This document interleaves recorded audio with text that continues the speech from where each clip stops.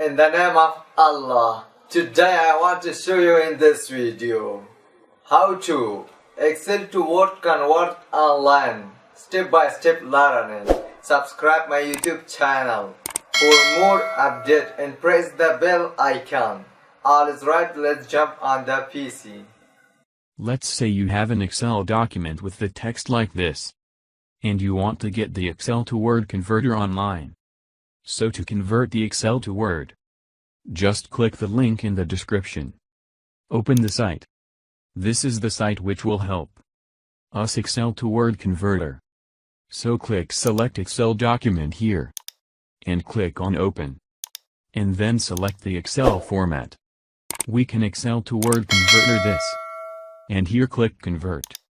And here a few second wait Excel to Word converter.